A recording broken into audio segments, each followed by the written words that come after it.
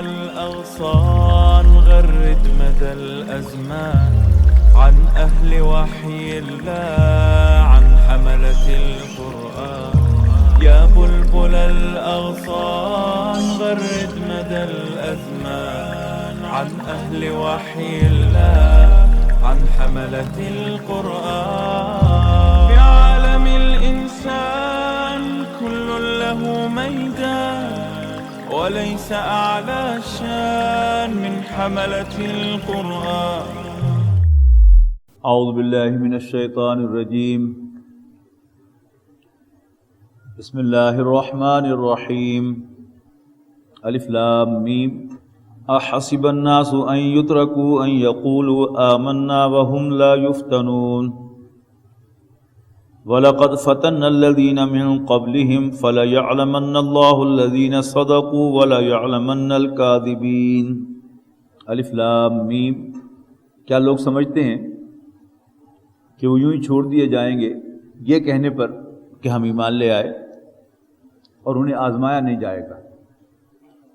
وَلَقَدْ فَتَنَّا الَّذِينَ مِن قَبْلِهِمْ، ہم نے تو خوب آزمایا تھا ان سے پہلوں کو. فَلَيَعْلَمَنَّ اللَّهُ الَّذِينَ صَدَقُوا، تو اللہ تعالیٰ ضرور دیکھ کر رہے گا ان کو جو سچے ہیں، اور ضرور دیکھ کر رہے گا جو جھوٹے ہیں. ام حسب الذین یعملون السیئات یسبقون، کیا بری حرکتیں کرنے والے اسلام کے خلاف یا مسلمانوں کے خلاف سمجھتے ہیں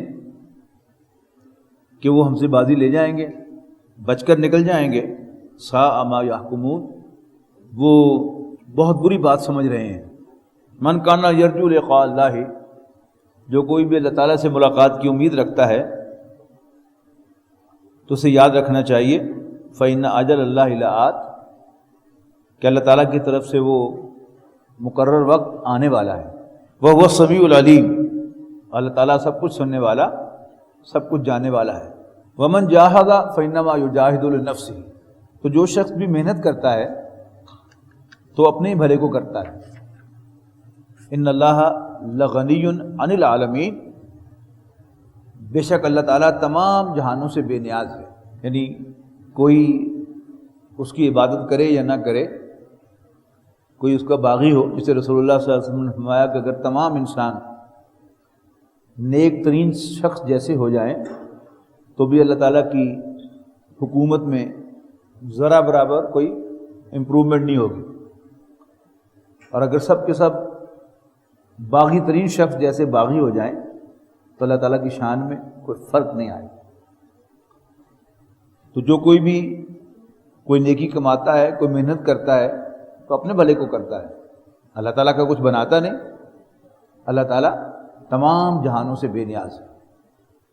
والذین آمنوا وعملوا الصالحات لنکفرن عنہم سیئاتہم، اور وہ لوگ جو ایمان لاتے اور اچھے عمل کرتے ہیں ہم لازماً ان کی برائیاں ان سے دور کریں گے اور ہم انہیں ان کے اعمال کا ان سے بہتر بدلہ عطا فرمائیں گے جو وہ کر رہے ہیں.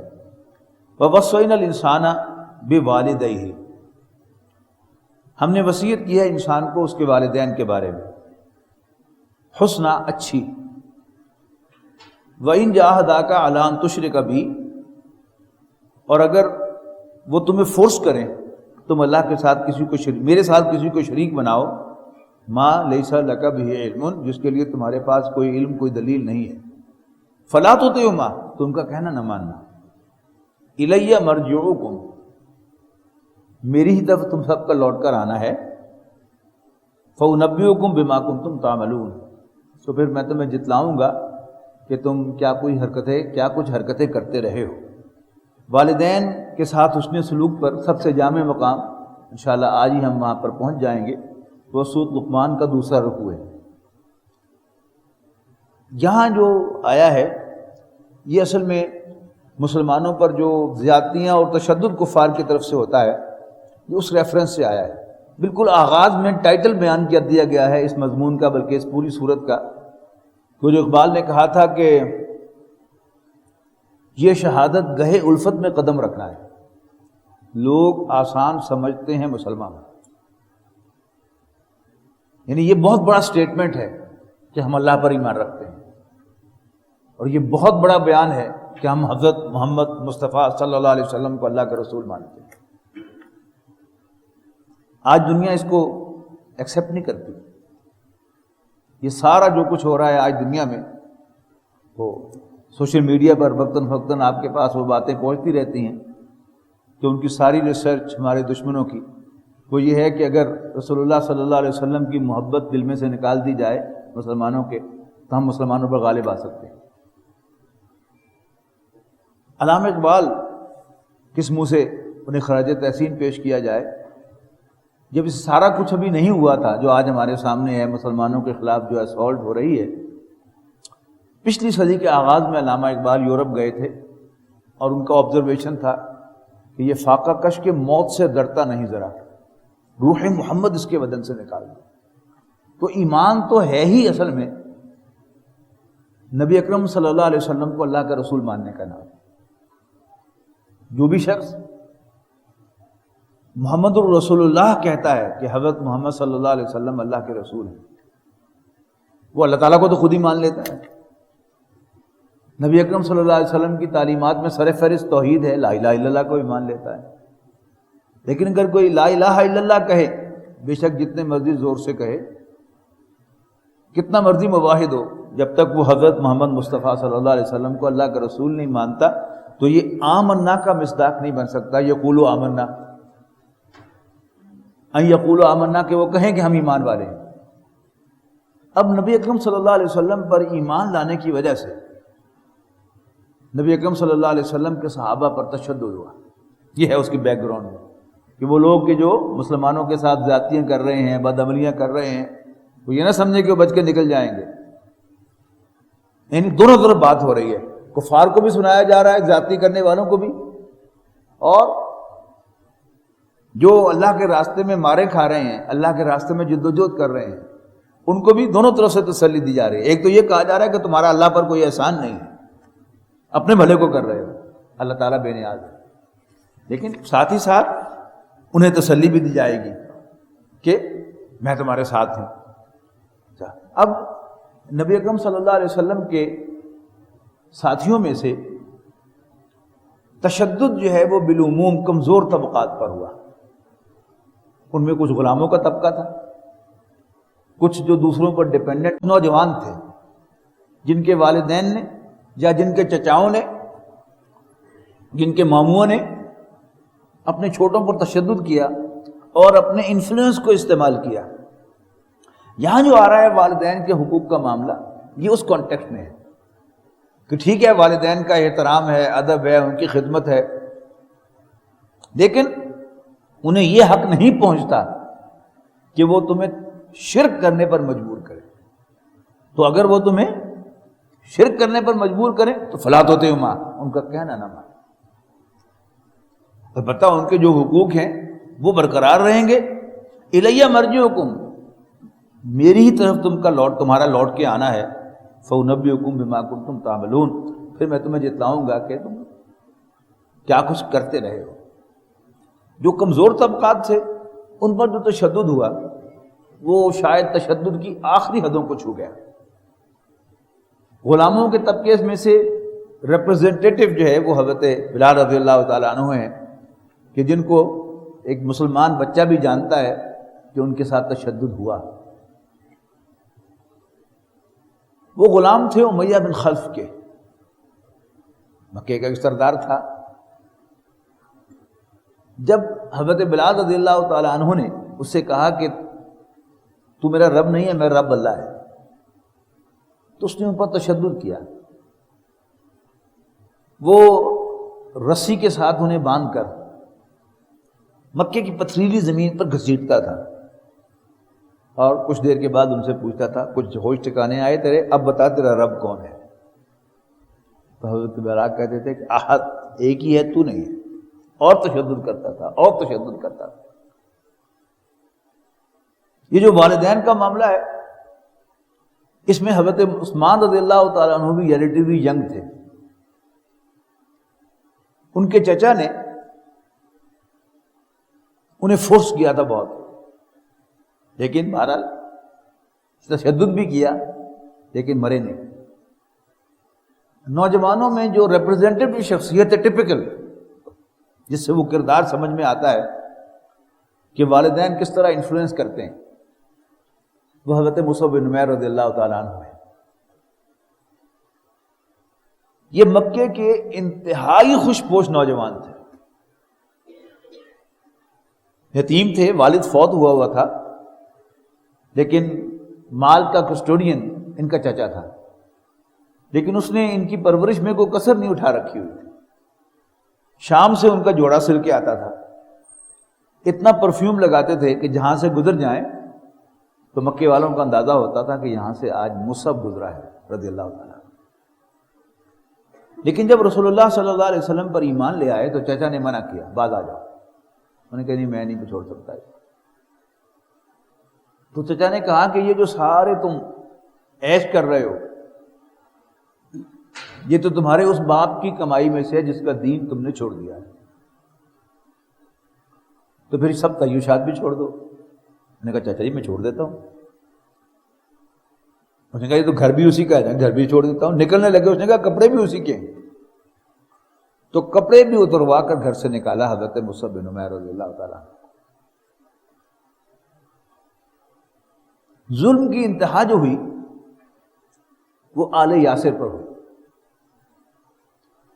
آل یاسر کون تھے؟ یہ مکے کے رہنے والے نہیں تھے، مکہ صرف ایک قبیلے کا شہر تھا۔ مکے میں یا کوئی کرشی رہ سکتا تھا، یا کرشی کا غلام رہ سکتا تھا، یا کرشی کا حلیف رہ سکتا تھا۔ آج بھی آپ جاتے ہیں سعودی عرب میں یا کسی عرب ملک میں، تو آپ کو وہاں پر کوئی کفیل ہائر کرنا پڑتا ہے جو آپ کی کفالت کرتا ہے۔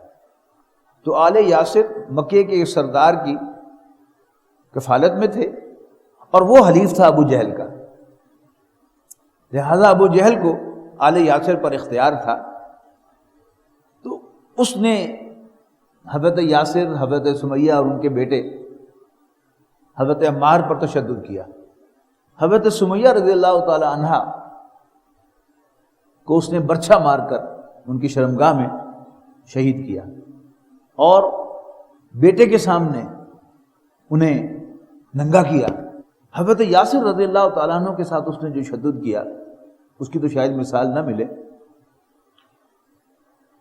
4 تکڑے اونٹ لے کے آیا، اور ان کے ساتھ حضرت یاسر رضی اللہ تعالیٰ عنہ کے ہاتھ پاؤں باندھے، ایک ہاتھ اونٹ کے ساتھ ایک ہاتھ، دوسرے کے ساتھ دوسرا ہاتھ، تیسرے اونٹ کے ساتھ ایک پاؤں، اور چوتھے اونٹ کے ساتھ دوسرا پاؤں، اور ان اونٹوں کو مخالف سمت میں ہانک دیا، زندہ جسم کے ٹکڑے ہو گئے۔ حضرت عمار ابن یاسر رضی اللہ تعالیٰ عنہ کو تو اصحاب جواب دے گئے، تو انہوں نے تو کلمہ کفر کہہ کر جان بچائی اور سیدھے بھاگے رسول اللہ صلی اللہ علیہ وسلم کے پاس کہ اللہ کے رسول، بس میں اس وقت اپنے آپ کو نہیں کنٹرول کر سکا، میں کلمہ کفر کہہ بیٹھا ہوں۔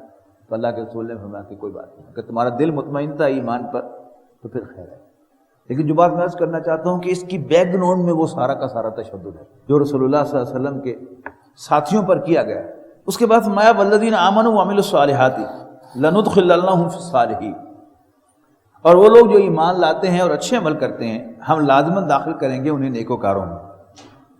ومن الناس من یقول آمنا باللہ، اور لوگوں میں سے کچھ وہ بھی ہیں جو کہتے تو ہیں کہ ہم اللہ پر ایمان لاتے ہیں، فاذا اوذی فی اللہ، اور جب انہیں اللہ کے راستے میں ایذا دی جاتی ہے تو جعل فتنۃ الناس کعذاب اللہ، تو لوگوں کو کی طرف سے جو آزمائش ان پر آ رہی ہوتی ہے اس کو وہ اللہ کا عذاب سمجھتے ہیں۔ وَلَئِن جَاءَ نَصْرٌ مِّن رَّبِّكَ، اور اگر آپ کے رب کی طرف سے کوئی مدد آتی ہے، لَيَقُولُنَّ إِنَّا كُنَّا مَعَكُمْ، تو کہتے ہیں کہ ہم تو تمہارے ساتھ تھے۔ أَوَلَيْسَ اللَّهُ بِأَعْلَمَ بِمَا فِي صُدُورِ الْعَالَمِينَ، کیا اللہ تعالیٰ کو معلوم نہیں ہے جو کچھ بھی تمام جہان والوں کے دلوں میں ہے۔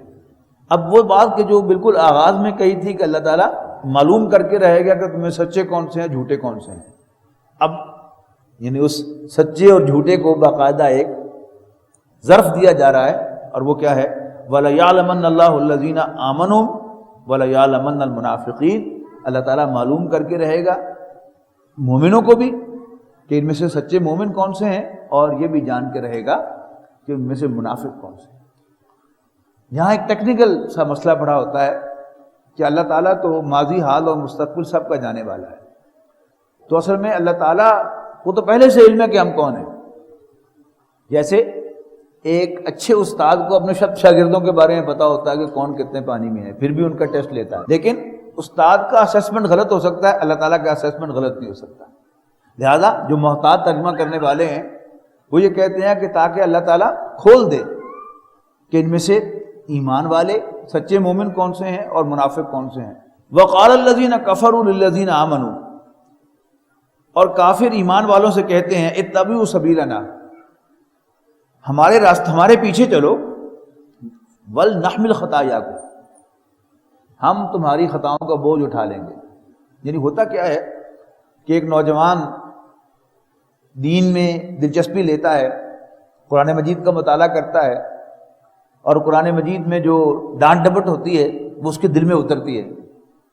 وہ اپنے گھر والوں سے جا کر کہتا ہے کہ ایسا ہو جائے گا، ایسا ہو جائے گا، یہ جو تم کرتے ہو، یہ جو شرک کر رہے ہو، اللہ کا عذاب آئے گا تم پر. تو کہتے ہیں بڑے کہتے ہیں کوئی نہیں سانبھ لیں گے، ایسے فکر نہ کر، تو ساڑھے پیچھے چڑھے جا. یہ وہ الفاظ ہے جو عربی میں یہاں پر اس طرح سے آئے ہیں، مفہوم جو ہے وہ وہی ہے. وما هم بحاملین من خطایاہم من شیء، حقیقت یہ ہے کہ وہ ان کی خطاؤں میں سے کچھ بھی اٹھا نہیں سکیں گے. انہم لکاذبون، یقیناً وہ جھوٹے ہیں. یس ولیحملن اثقالہم واثقالا مع اثقالہم، ہاں البتہ وہ اٹھائیں گے خود اپنے بوجھ بھی اور اپنے بوجھوں کے ساتھ اوروں کو بوجھ بھی اٹھائیں گے. وَلَيُسْأَلُنَّ يَوْمَ الْقِيَامَةِ عَمَّا كَانُوا يَفْتَرُونَ، اور قیامت کے دن ہم ان سے پوچھیں گے کہ وہ کیا جھوٹ باندھا کرتے تھے.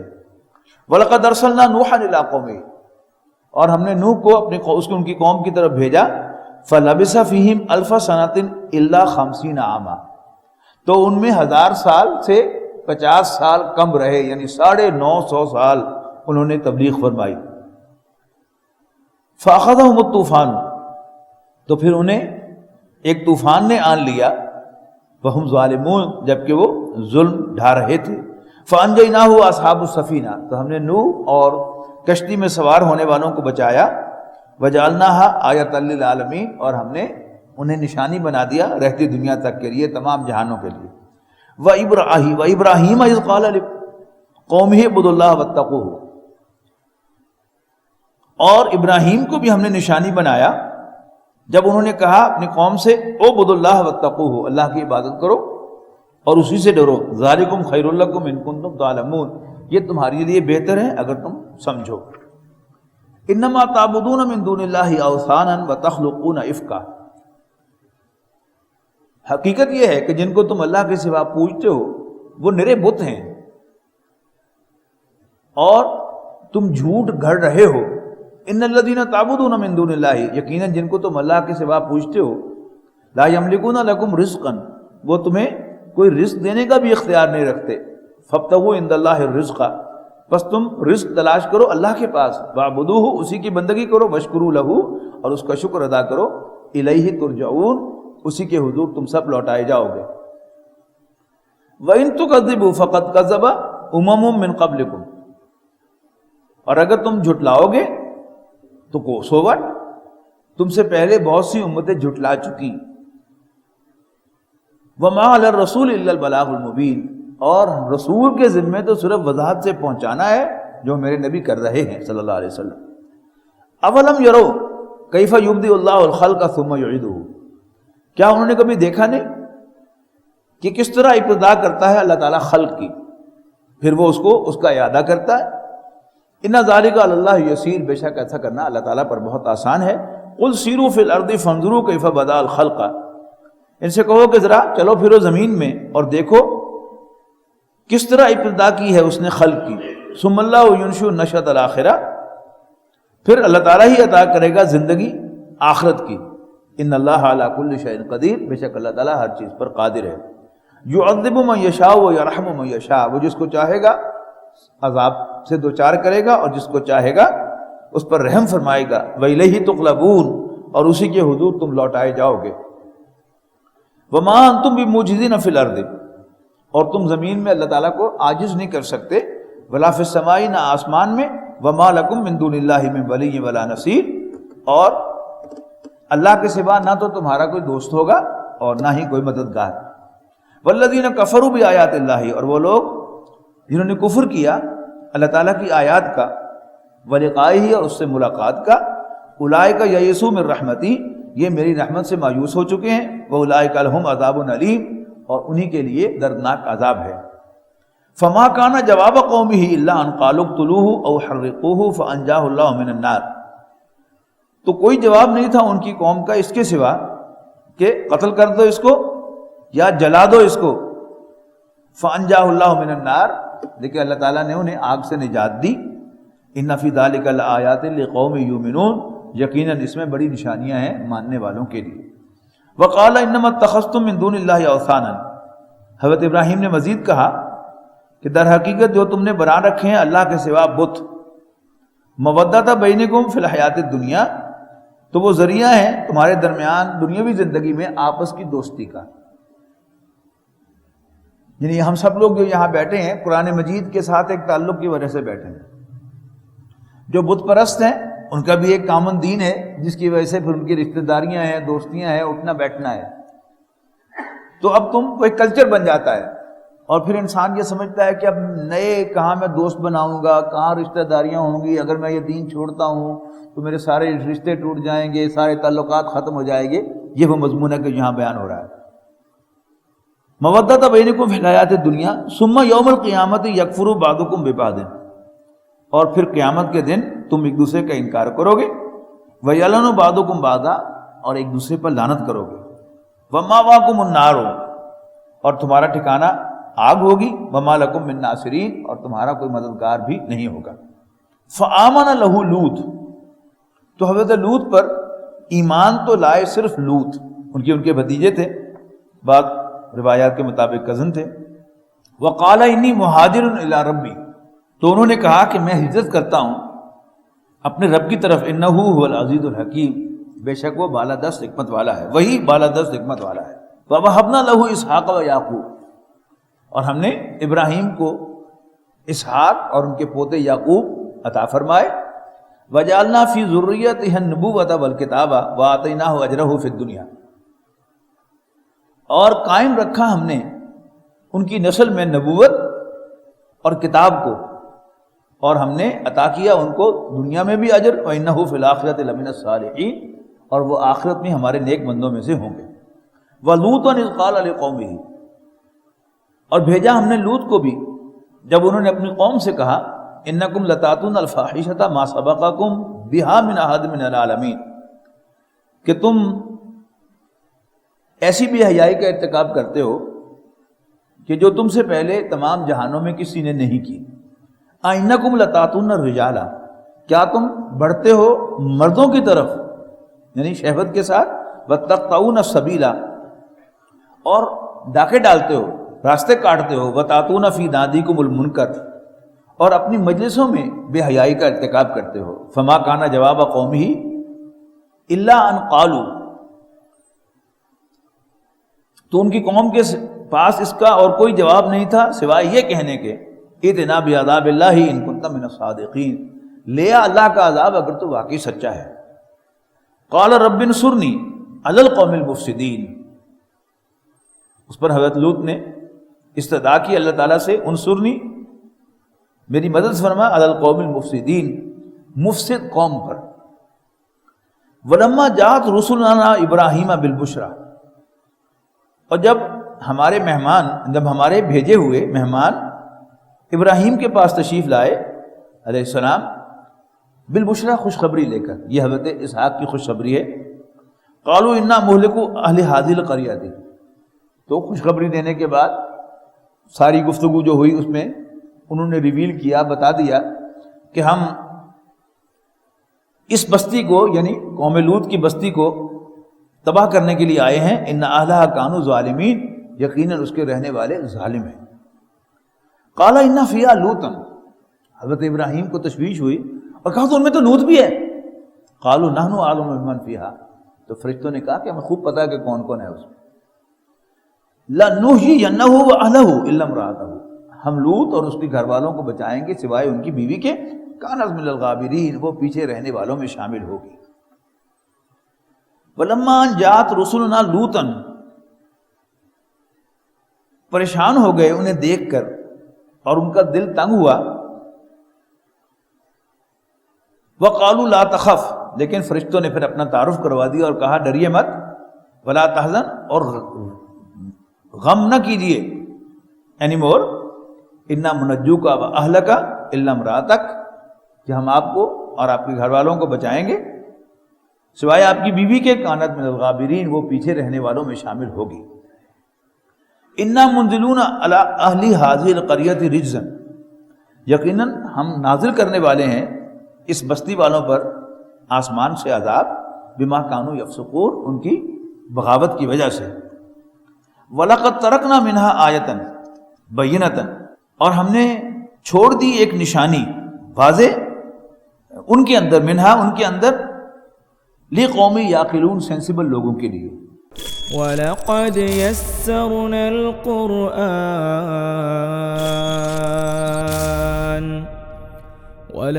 يَسَّرْنَا الْقُرْآنَ لِلذِّكْرِ فَهَلْ مِن مُّدَّكِرٍ